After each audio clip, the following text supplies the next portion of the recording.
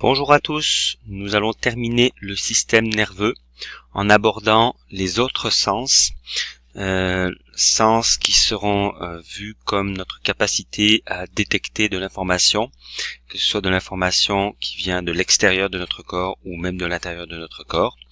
Nous avons déjà vu en détail la vision et l'audition, et nous allons aller voir les autres sens. Alors déjà, si on s'intéresse à la définition d'un sens qui revient à la capacité à détecter donc de l'information, eh bien il faut sortir un petit peu de la vision traditionnelle, donc de la vision des 5 sens traditionnels, la vue, l'ouïe, l'odorat, le goût et le toucher, et il faut rajouter au moins 4 autres sens dans la signification, et que on a dans l'oreille un ensemble d'organes qui nous permettent de préciser à l'organisme quelle est notre position dans l'espace, donc le sens de l'équilibre. On en a déjà parlé dans l'oreille. On a également un ensemble de capteurs à l'intérieur de notre corps qui nous permettent de savoir s'il y a une anomalie, un tissu qui est déchiré, cassé, écrasé, et que l'on perçoit comme de la douleur. Nous avons également la capacité de détecter de la chaleur, que ce soit à l'extérieur de notre corps ou même à l'intérieur. Et on a la capacité de savoir en tout temps où sont nos sens, nos doigts, nos mains, même les yeux fermés, on sait où se situent tous nos membres. Donc tout ça, ce sont des sens. Alors on va appeler nociception la détection de la douleur, thermoception la détection de la chaleur, et proprioception la détection de nos membres, finalement savoir en tout temps où sont nos membres dans l'espace. On va commencer par s'intéresser à l'odorat. Donc l'odorat, c'est notre capacité à détecter des substances chimiques volatiles qui se promènent dans l'air. Et en fait, ça fonctionne un peu comme le reste des sens que nous avons déjà abordés, à savoir que on a des capteurs ici qui sont représentés en jaune, qui sont les cils olfactifs, qui à l'intérieur des fosses nasales vont détecter la présence de molécules. Et lorsqu'ils sont activés, eh bien il y a un message électrique qui est envoyé au système nerveux central. La différence, c'est que l'organisation est un petit peu différente. On a en fait plusieurs nerfs olfactifs. On va avoir une image un petit peu plus loin qui va nous préciser. Et on a une sorte de petit organe de relais qui s'appelle le bulbe olfactif, qui est un petit peu l'équivalent du vestibule dans l'oreille. Donc un petit organe qui va d'abord récupérer les informations nerveuses qui viennent des cellules olfactives, puis qui va les transmettre au système nerveux central. Donc dans le détail, on voit ici les capteurs de molécules, que sont les cils olfactifs. En fait, ce sont les dendrites de neurones. On se rappelle qu'on est toujours dans le système nerveux, ce sont des neurones qui captent l'information. On voit ici les corps cellulaires de ces neurones. Et donc ce sont les cellules à proprement parler olfactives qui sont étirées donc de leur dendrite jusqu'à l'axone. Et bien, on vient de le dire, les axones, ce sont les petits traits noirs que vous voyez ici, qui se regroupent et qui passent à travers l'os ethmoïde qu'on a déjà croisé, un des os du crâne, et qui est en fait criblé de trous. C'est ça que veut dire son nom d'ailleurs. Donc il y a plein de petits trous à l'intérieur de l'os dans lequel circulent les axones. On se rappelle qu'un regroupement d'axones, ça s'appelle un nerf. Donc en résumé, on a les dendrites qui sont les cellules olfactifs. On a les cellules olfactives à proprement parler, qui s'étirent par la suite en axones, qui se regroupent en nerfs olfactifs. Toute cette information est transmise au bulbe olfactif, et le bulbe olfactif prendra le relais pour envoyer ça au système nerveux central. Donc on a une petite animation ici, les cils sont activés, ça passe par les cellules, puis les axones, et on se retrouve dans le bulbe olfactif. Les odeurs, eh bien, ce sont les différentes substances chimiques que nous sommes capables de détecter avec notre nez. Ce sont des substances chimiques qu'on apprend à discerner. Donc c'est un sens qu'on peut améliorer avec l'expérience. Et également, les odeurs sont souvent associées à une situation positive ou négative. Donc on va avoir plusieurs personnes qui vont trouver qu'une odeur est agréable et d'autres désagréable. Ça vient de notre mémoire, finalement, de ce qu'on a vécu avec ces substances. On va parler maintenant du goût, et notamment de la langue, qui est le principal organe du goût. Alors on va d'abord rappeler qu'il existe des petites papilles gustatives à la surface de la langue, Et on va tout de suite préciser qu'il n'y a pas que sur la langue qu'on en va retrouver. On a des capteurs de saveur également dans la bouche, dans le palais, dans les joues. Alors les papilles gustatives, ce sont les petits ronds qu'on voit sur notre langue. Il en existe plusieurs sortes, on verra ça après. Et les papilles gustatives sont capables de détecter des saveurs.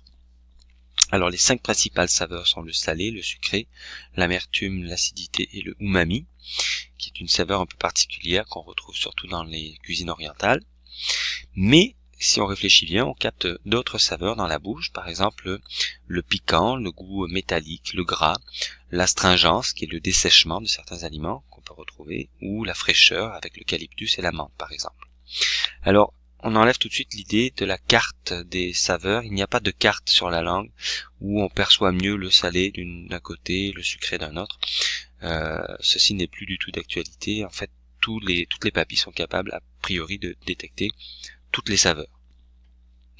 Alors, parlant des papilles, il en existe différentes. Donc, on a les grosses qui sont au fond de la langue, qui sont en forme de calice, donc les papilles caliciformes, on les voit ici. Il existe des plus petites papilles qu'on retrouve surtout sur les côtés de la langue, les papilles foliées. Il existe des toutes petites papilles qui sont un petit peu plus épaisses, qui ressortent par rapport à la surface, qu'on appelle les papilles fongiformes, en forme de champignon finalement. Et il y a les papilles filiformes qui sont un petit peu plus effilées, comme leur nom l'indique, et qui, regardez bien, n'ont pas de capteurs. Les capteurs sont représentés en vert, ici, ici, ici. Il n'y a pas de capteur de saveur. Elles servent surtout pour la texture de la langue, pour lui donner une texture rugueuse. Lorsqu'on regarde ces capteurs de saveur, donc dans les caliciformes, les fongiformes ou les foliés, on peut le voir ici en plus gros plan, on les appelle des bourgeons gustatifs. Les bourgeons gustatifs sont les endroits qui détectent les molécules qui nous font percevoir du goût. Alors, on les a nommés tout à l'heure, le salé, le sucré, etc. Donc, en fait, ça fonctionne un peu sur le même principe que ce qu'on a déjà croisé. On a les substances chimiques qui peuvent rentrer dans le petit trou en haut du bourgeon ici qui s'appelle le pore gustatif. Ça va activer les cellules gustatives, que ce soit les bleues ou les vertes ici, donc dépendamment à quoi elles sont sensibles.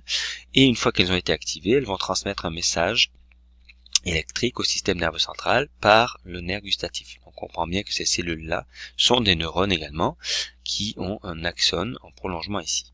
Alors on peut voir la petite substance chimique qui est passée dans le trou et qui active la cellule, et ensuite le courant électrique est envoyé dans le système nerveux central.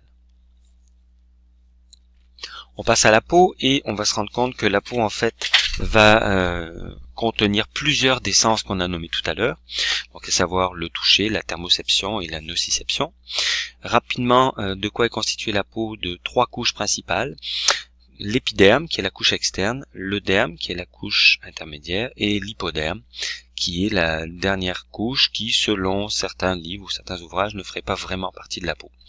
On va quand même la nommer. Donc, et on sait qu'elle est essentiellement constituée de cellules graisseuses, de cellules adipeuses, donc le gras que l'on stocke pour nous protéger et pour faire des réserves d'énergie. L'épiderme à proprement parler est constitué lui-même de différentes couches. Donc il y a une couche de cellules mortes qu'on appelle la couche cornée. En dessous, il y a une couche de cellules vivantes qu'on voit ici. Et il y a une dernière couche qu'on appelle la couche basale. La couche basale, elle contient certaines cellules, les mélanocytes, qui sont les cellules qui accumulent la mélanine qu'on a déjà croisée, substance chimique responsable de la couleur de l'iris de la peau. De la couleur de l'iris. Eh bien, c'est la même chose pour la peau. La coloration de la peau, plus ou moins foncée, vient en fait de la quantité de mélanine qu'on va retrouver dans les mélanocytes. On en profite pour parler des différents cancers de la peau. Il en existe 2 qui sont assez connus. Le mélanome, qui est le cancer des mélanocytes, et qui va entraîner une accumulation donc de mélanine dans certaines cellules, les mélanocytes donc, et qui peut rapidement dégénérer. Donc il y a certains signes qu'il faut surveiller pour voir si une tache par exemple ou un gros grain de beauté est en train de devenir problématique. Le cancer des autres cellules, on va appeler ça, donc pour les cellules basales ou les cellules mortes, on va appeler ça le carcinome. Le derme, donc la couche en dessous de l'épiderme, contient énormément de capteurs. On y reviendra tout à l'heure, mais il contient également le derme des glandes, une qu'on a déjà croisée, la glande sudoripare, qui libère la sueur lorsque nous avons trop chaud. Elle est ici. Il y a également à côté de chacun des poils une petite glande qu'on appelle la glande sébacée et qui libère le sébum. Sébum qui est la petite huile naturelle libérée à la surface de la peau et qui permet entre autres de nous protéger des agents infectieux, des bactéries par exemple. Le derme contient toutes sortes de capteurs. On va y aller avec des noms simples pour les retenir. On a les capteurs du toucher, donc qui nous font ressentir la présence de la matière, d'objets. Donc on peut penser à nos mains, mais évidemment ces capteurs sont partout sous la peau, surtout dans la main par exemple. Donc on peut avoir un capteur de frottement quand un objet passe très proche de notre peau mais sans réellement appuyer. On va avoir des capteurs de déformation plus profondément enfouis qui eux nous font ressentir la présence d'un objet quand on appuie, ou même des capteurs de vibration qui nous font détecter quand il y a de la matière qui vibre tout simplement. Alors lorsqu'ils sont très concentrés et très proches les uns des autres, ils nous permettent une analyse fine de l'information du toucher. On a également dans la peau des capteurs de corps étrangers, donc des capteurs qui nous permettent de savoir s'il y a une anomalie, quelque chose de déchiré, de cassé, ou un objet, une particule, un objet qui rentre dans notre peau et qui ne devrait pas y être. Alors ça va être responsable de la nociception, donc de la détection, finalement la création de la douleur, qui est en fait un signal d'alarme pour nous informer d'un problème. Donc on voit ici le capteur ici, alors imaginons que cet objet arrive, eh bien il va y avoir évidemment une réaction, on va se rendre compte qu'il y a un problème, le message va être envoyé, et on va ressentir de la douleur. On a également toujours dans la peau, eh bien des capteurs de chaleur. Donc la thermoception se fait grâce à notre peau, et on peut détecter s'il y a une source de chaleur à proximité. Donc, même chose, le courant électrique va être envoyé au système nerveux central, et on va ainsi être informé d'une présence de chaleur, ou d'absence de chaleur en fait, donc le froid. On en profite pour parler des brûlures. Les brûlures, comme vous le savez sûrement, on les catégorise en degrés. Alors le degré d'une brûlure vient en fait de la profondeur à laquelle la brûlure s'est rendue. Donc une brûlure du premier degré, c'est une brûlure où seule la couche de l'épiderme a été détruite. C'est une petite brûlure qui se répare assez rapidement en principe. Une brûlure du second degré est beaucoup plus grave puisqu'on va avoir le derme qui a été touché, éventuellement en profondeur, donc ça va prendre plusieurs jours ou plusieurs semaines à se réparer.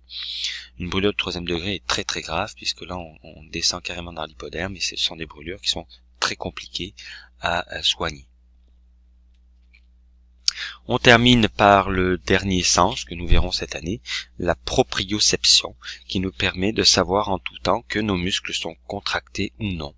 Donc qui nous permettent de savoir où sont nos jambes, nos bras, nos doigts dans l'espace. Est-ce qu'il y a bien une contraction? Est-ce que nous sommes bien en train de pointer quelque chose? Même si on a les yeux fermés, on sait que nos mains sont à un tel endroit.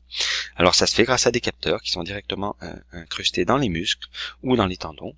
Donc des capteurs qui nous permettent de savoir si nos fibres musculaires sont bel et bien étirées ou si elles sont contractées, et même pour savoir si nos tendons sont étirés eux aussi. Voilà qui termine le système nerveux.